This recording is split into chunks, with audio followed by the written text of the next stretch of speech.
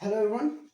आज बताने वाले हैं हम आपको रेगुलेटिंग एक्ट ऑफ इंडिया 1773, जो कि यहाँ से ही सारे एक्ट जो होते हैं चालू होते हैं 1773 से। रेगुलेटिंग एक्ट ऑफ इंडिया से इसमें सबसे पहले क्या किया गया, इनमें जो कुछ भी प्रयास किए गए, जो कार्य किए गए, जो महत्वपूर्ण तथ्य हैं वो हम आपको चलिए देखते हैं। सबसे पहले इसमें क्या किया गया, कंपनी के प्रशासन पर ब्रिटिश संसदीय नियंत्रण का प्रथम प्रयास। मतलब कंपनी के प्रशासन पर, कंपनी के प्रशासन की जिम्मेदारी है, एडमिनिस्ट्रेशन वाला जो डिपार्टमेंट था उस पर जो था, कंपनी के प्रशासन पर ब्रिटिश संसदीय नियंत्रण का प्रथम प्रयास। ब्रिटिश लोग चाहते थे कि इस पर हम प्रशासन करें, इसको चलाएं, ठीक है। तो उसका प्रथम प्रयास रहा, जो कि इंडिया में सन 1600 ईस्वी में जो कि ईस्ट इंडिया कंपनी स्थापित हुई थी।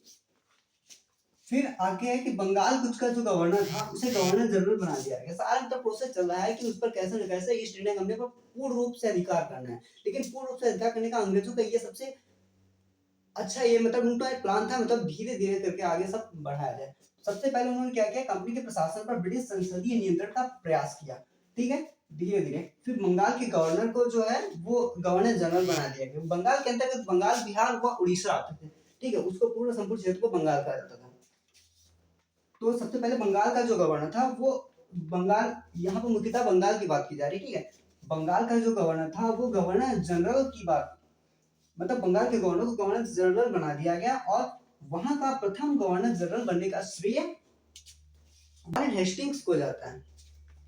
फिर 1774 में एक सुप्रीम कोर्ट की स्थापना की गई। इस सुप्रीम कोर्ट के जो मुख्य न्यायाधीश थे वो एलिजा एम्पे बने। एलिजा एम्पे इस सुप्रीम कोर्ट के मुख्य न्यायाधीश बने। तो भारत में स्वतंत्रता पूर्व सबसे पहले एक सुप्रीम कोर्ट की स्थापना कलकत्ता में हुई थी, ठीक है, कलकत्ता में, क्योंकि बंगाल था तो कलकत्ता में एलिजा एम्पे इसके मुख्य न्यायाधीश थे। 1774 में सुप्रीम कोर्ट की स्थापना हुई। इसके अन्य तीन सदस्य जो थे वो थे चैम्बर्स, लिमिस्टर्स और हाइड। चैम्बर्स, लिमिस्टर्स और हाइड। इसके अलावा, ठीक है, तो इसके अलावा क्या किया गया, गवर्नर की सहायता के लिए जो थे 4 सदस्य नियुक्त किए गए। एक कार्यकारी परिषद नियुक्त की गई, कार्यकारी परिषद बनाई गई, उसमें 4 सदस्य नियुक्त किए गए। वो कौन कौन से थे, क्लेवरिंग, जो पहला था वो फिलिप फ्रांसिस था, ठीक है, जो था फिलिप फ्रांसिस। दूसरा था तीसरा जो था वार्गल, और लास्ट जो चौथा था वो था मॉनसन।